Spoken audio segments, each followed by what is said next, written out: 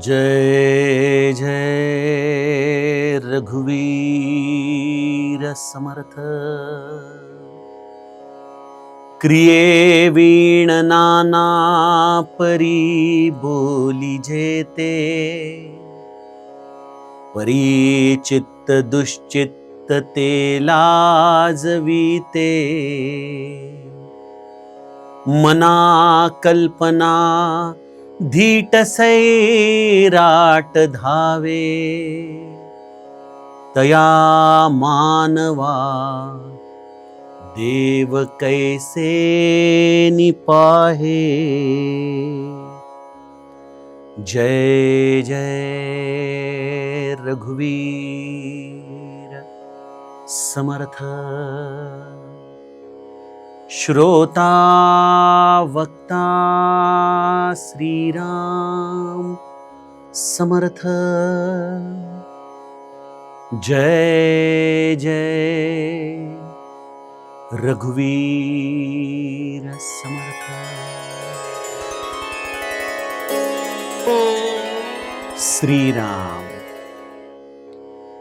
आपल्या सर्वांच्या हृदयस्थ बसणाऱ्या आत्मारामास साष्टांग प्रणिपात करून मनोबोध एक अंतरयात्रा हा श्री समर्थ रामदास स्वामी विरचित मनाच्या श्लोकांचा जो आपण अभ्यास करत आहोत, सज्जन हो, आज आपण त्यातील श्लोक क्रमांक 104 याचं चिंतन पाहणार आहोत।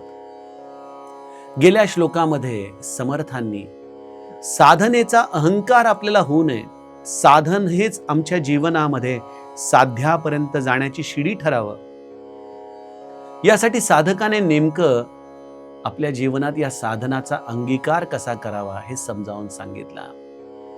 हरी कीर्तने प्रीती रामी धरावी, देहे बुद्धी निरूपणी विसरावी।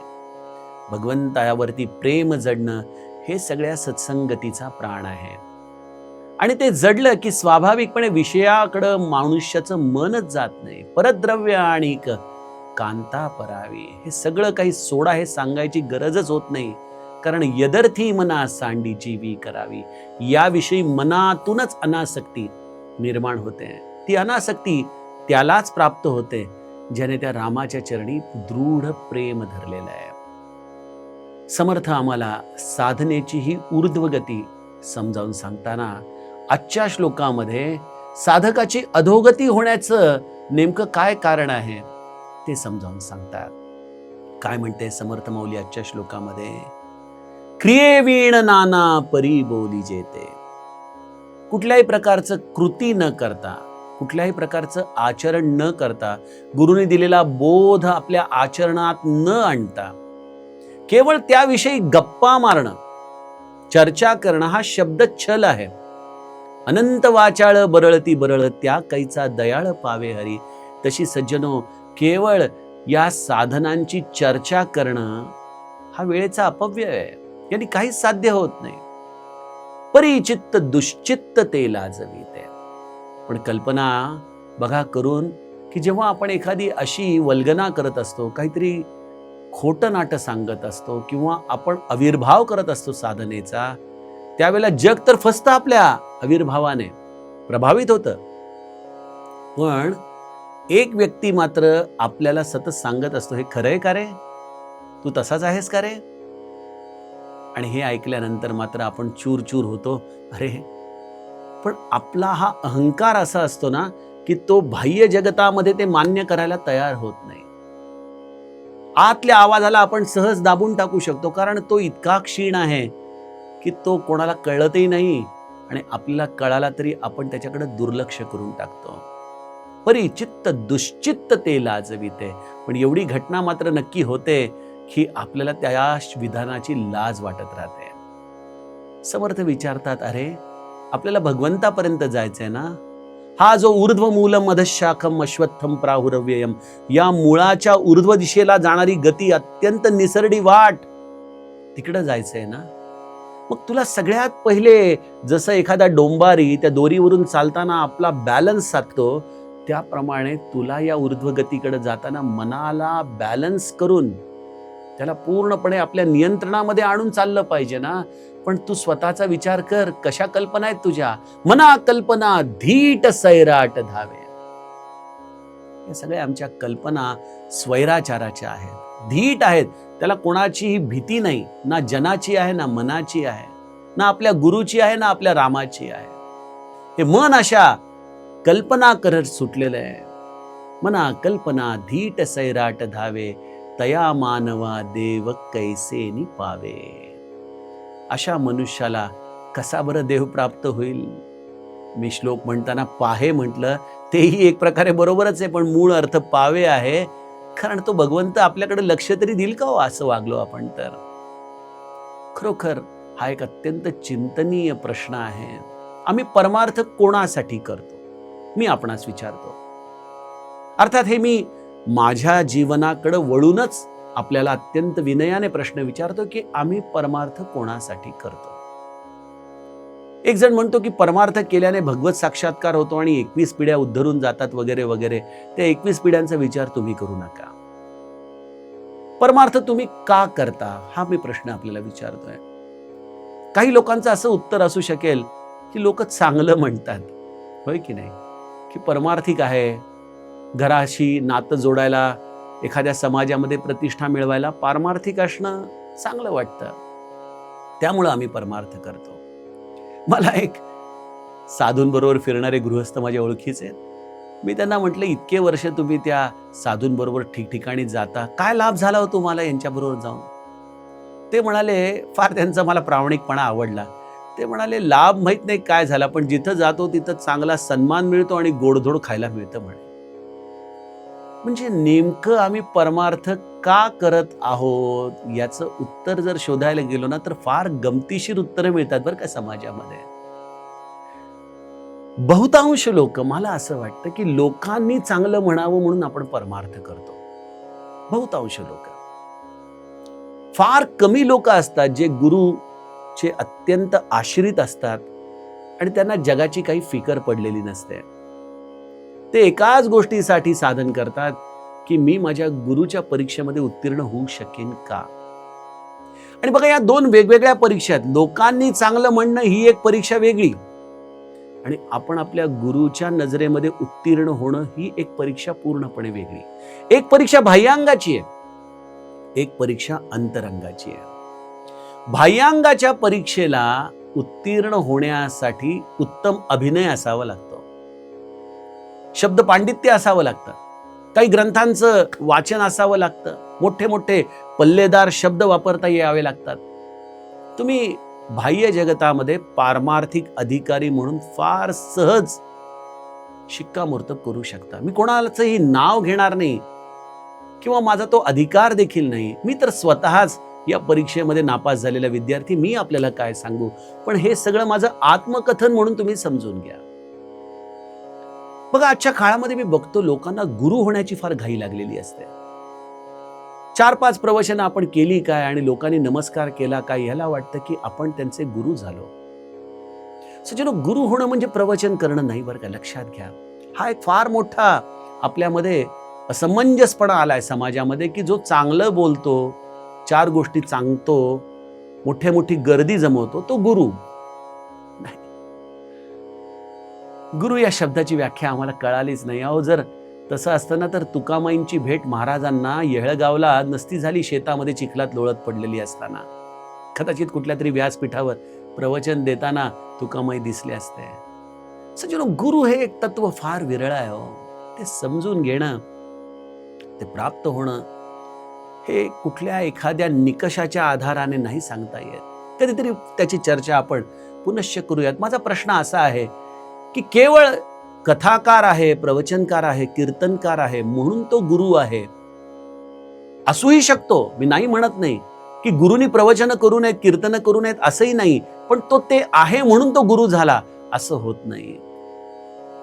गुरु होण्यासाठी सगळ्यात महत्वाची गोष्ट आहे की त्याने आपल्या स्वतःवरती विजय मिळवायला हवा. आणि हा विजय मिळवण्याची खूण जग देऊ शकत नाही. हे ज्याचं त्याने स्वतः अभ्यासून, आपल्या स्वतःशी प्रामाणिक राहून, ते समजून ते गुरुपद घ्यायचं असतं. ओशो रजनीशांचं एक मला फार छान त्यांचं फार प्रक्षोभक असतं कधी कधी बोलणं, पण कधी कधी फार वास्तव देखील असतं. आपल्याला त्यांच्या सगळ्या गोष्टींशी संमत होण्याची गरज नाही, पण त्यातल्या काही गोष्टी कदाचित आपल्याला उपयोगी पडतील म्हणून सांगतो.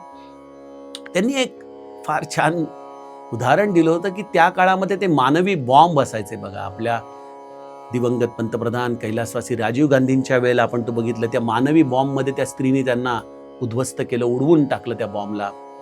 तसं ते मानवी बॉम्ब जेव्हा फुटतात ना, तेव्हा ती व्यक्तीचे तर चिंधड्या होतातच, पण त्याच्या आजूबाजूला असलेल्या लोकांच्या देखील चिंधड्या होतात.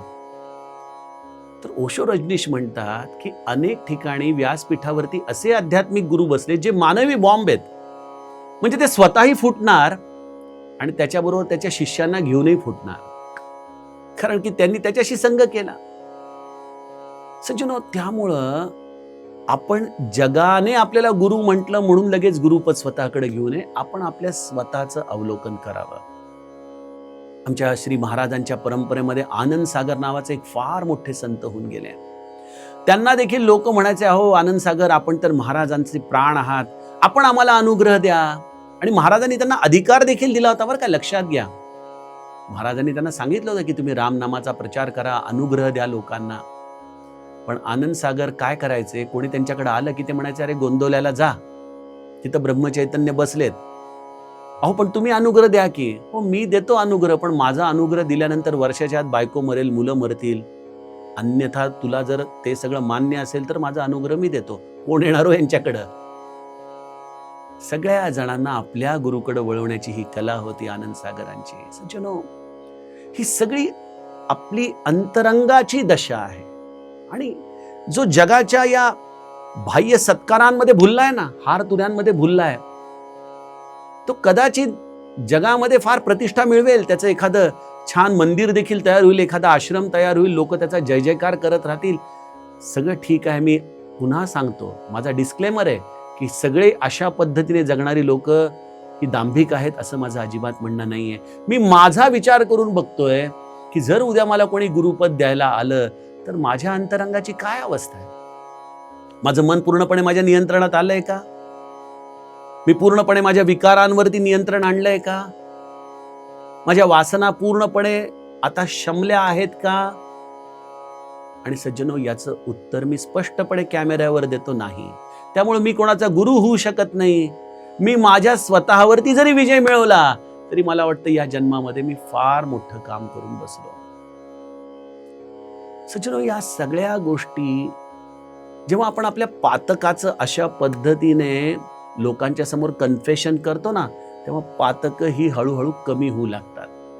आणि पुण्याची जेव्हा आपण वाच्यता करतो ना 10 लोकांसमोर, तेव्हा पुण्य घटू लागतं. लक्षात घ्या, दोन्हीकडे घटतंच, पातकही घटतं आणि पुण्यही घटतं. पण संतांच्या समोर जाऊन आपण किती पापी आहोत, आपण किती सर्व दृष्टीने अपात्र आहोत, या भूमिकेमध्ये राहावं. आमच्या ब्रह्मानंद महाराजांनी जे मोक्ष प्राप्तीचं रहस्य लिहिलंय त्यामध्ये शेवटी हेच लिहिलंय की रामा, मी परम पापी आहे, माझ्यासारखा वाईट या जगामध्ये कोणी नाही दुसरा. सज्जनो, ही भूमिका आम्हाला स्वीकारता येत नाही, कारण क्रियेवीण नाना परी बोली जेते. आम्ही कृती करायला तयार नाही. गुरुनी सांगितलंय निरंतर नाम घ्या, श्वासोश्वासी नाम घ्या, नीती धर्माचं पालन करा, हरी कीर्तने प्रीती रामी धरून देहबुद्धी निरूपणामध्ये विसरून जाऊन भगवंताचं केवळ भजन करत राहा. आम्हाला हे करायचं नाही, पण आम्हाला नामावरती फार मोठी प्रवचनं द्यायची. महाराजांचं चरित्र सांगायचं. आजच्या काळामध्ये तर 4 पुस्तकं वाचून लोक लगेच प्रवचनांना लागतात. 25-25, 30-30 वर्ष, 40-40 वर्ष नामस्मरण केल्यानंतर जे आतून उमलतं ना, त्याचं नाव आहे निरूपण. पण तुम्ही साधन करणार नाही, तुम्ही कृती करणार नाही आणि तुम्ही शब्द पांडित्याने जगाला फसवणार. श्री महाराजांना या गोष्टीचा फार तिटकारा होता. ते कधी व्याख्यानांना जायचे नाहीत. कारण काय होतं, व्याख्यानांमध्ये बोलणारा श्रोता हा लोकांना मंत्रमुग्ध करून टाकतो, पण त्याचा स्वतःचा अनुभव शून्य. त्या गोष्टीचं त्याच्यामध्ये आतमध्ये कुठल्याही पद्धतीने आपल्याला आचरणामध्ये दिसत नाहीत गोष्टी. आणि बघा, व्याख्यानामध्ये तरी समाजोपयोगी विषय असतात, ही क्रांती ती क्रांती वगैरे, ते ठीक आहे ज्ञानासाठी. पण आध्यात्मिक पातळीवरती जेव्हा तुम्ही निरूपण करता तेव्हा आध्यात्मिक पातळीवरती व्याख्यान नाही म्हणत, त्याला निरूपण म्हणतात. कारण निरूपणामध्ये तुम्ही तो निरोप पोहोचवताय जो तुमच्या अनुभवाला आलाय. आणि तो अनुभव कधी येईल? जेव्हा तुम्ही साधन कराल. पण साधनेशिवाय केवळ 4 गोष्ट ऐकल्यात कानावरती आणि त्या पद्धतीने जर आम्ही बोलायला लागलो तर एक होतं, क्रियेवीण नाना परी बोली जेते, परिचित्त दुश्चित्त ते लाजविते. मला तर असं वाटतं ना की जेव्हा जेव्हा आपण एखादं विधान करतो ना, सतत आपल्या सत्सद विवेक बुद्धीला कान लावून ऐकावं. बरोबर आहे का? बोलतोय ते बरोबर आहे का? अरे तू काय सांगतोस हे? मला सगळं माहिती आहे ना? असं म्हणता क्षणी आपण त्या विधानाला खोड घालावी. ते विधान तिथं थांबवावं, कारण आपली सत्सद विवेक बुद्धी त्या विधानाला अनुमोदन देत नाहीये. म्हणजे थोडक्यात तिथं आपली अजूनही कृती सुधारण्याला वाव आहे. सज्जनो, हा सगळा परमार्थ हा आपण आपल्या सुधारण्यासाठी करायचा आहे, हे त्याचं उत्तर आहे. आपल्या गुरुच्या नजरेमध्ये उत्तीर्ण होण्यासाठी करायचं, हे त्याचं उत्तर आहे. आपण नुसतं बोलत राहणं, जगाला प्रभावित करत राहणं, आपल्या वेशभूषेने, आपल्या वाणीने, काही ना काहीतरी गळ्यामध्ये मोठ्या मोठ्या माळा घालून नाही सज्जन. ही काही फॅन्सी ड्रेस कॉम्पिटिशन नाही. संत होणं आणि संत दिसणं यामध्ये बराच फरक आहे. संत होणं हे आपलं टार्गेट आहे आणि त्यासाठी हा सगळा अंतर्मुखतेचा प्रवास आहे. मना कल्पना धीट सैराट दावे. बघावं आपल्या मनामध्ये कसं ते मन वादळासारखं फिरतंय. एखादं लावण्य बघितलं की त्या मनामध्ये येणाऱ्या वासनांचा अभ्यास करावा. एखाद्याला भरपूर मिळालेलं धन बघताच त्या परद्रव्याच्या बद्दल मनामध्ये येणारी अभिलाषा बघावी. एखाद्याला प्राप्त झालेला लौकिक बघितल्यानंतर मनामध्ये उफाळून येणाऱ्या मत्सराचं अवलोकन करावं. द्वेष बघावा, क्रोध बघावा, काम बघावा, मद बघावा. हा लोभ आम्हाला कसा पोखरून काढतोय हे सगळं त्रयस्थपणे बघावं आणि समजून घ्यावं की आपण अजूनही अध्यात्माच्या रस्त्यावरती पाऊल देखील टाकलेलं नाहीये. स्वतःला अत्यंत हीन दीन समजावं.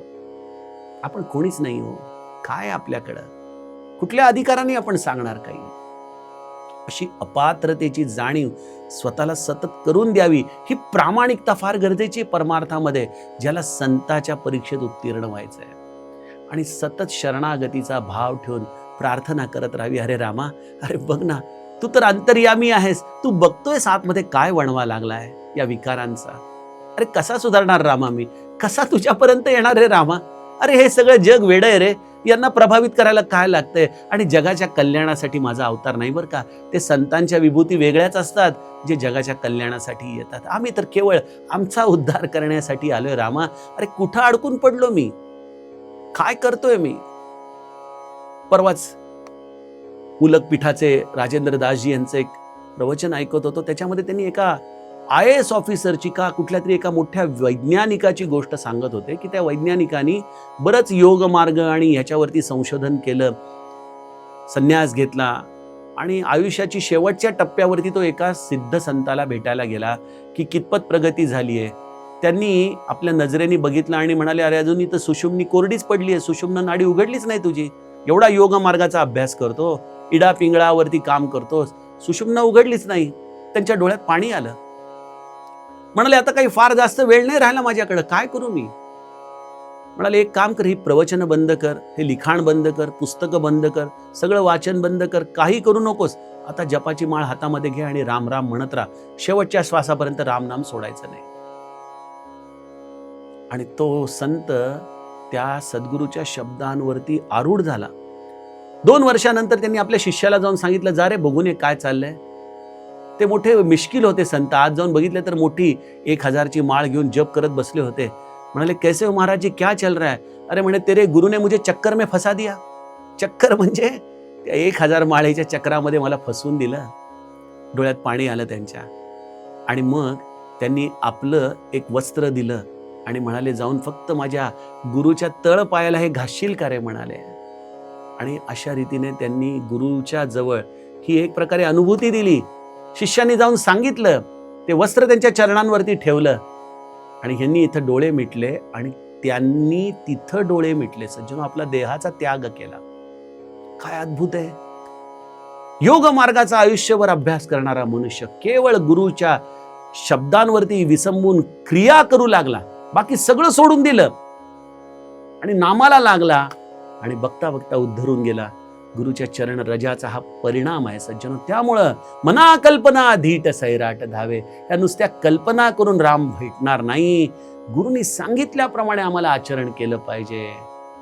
तया मानवा देव कैसेनी पावे. अशा मनुष्याला कसा बरं देव साधेल, ज्याचं मन असं सैराट धीट एक प्रकारे आचरण करते, कल्पना करते. नाही, आपण स्वतःला अपात्र समजून निरंतर क्रियेवरती काम करत राहावं, गुरुने दिलेल्या तत्वावरती काम करत राहावं आणि आपल्या गुरुच्या परीक्षेमध्ये उत्तीर्ण होण्याचा प्रयत्न करावा, ना की जगाला सुधारण्याचा, जगाकडून हार तुरे स्वीकारण्यासाठी आपण प्रयत्नशील राहावं. सज्जनो, असं हे समर्थांचं अत्यंत धगधगीत वैराग्याचं चिंतन करणारा हा श्लोक आहे.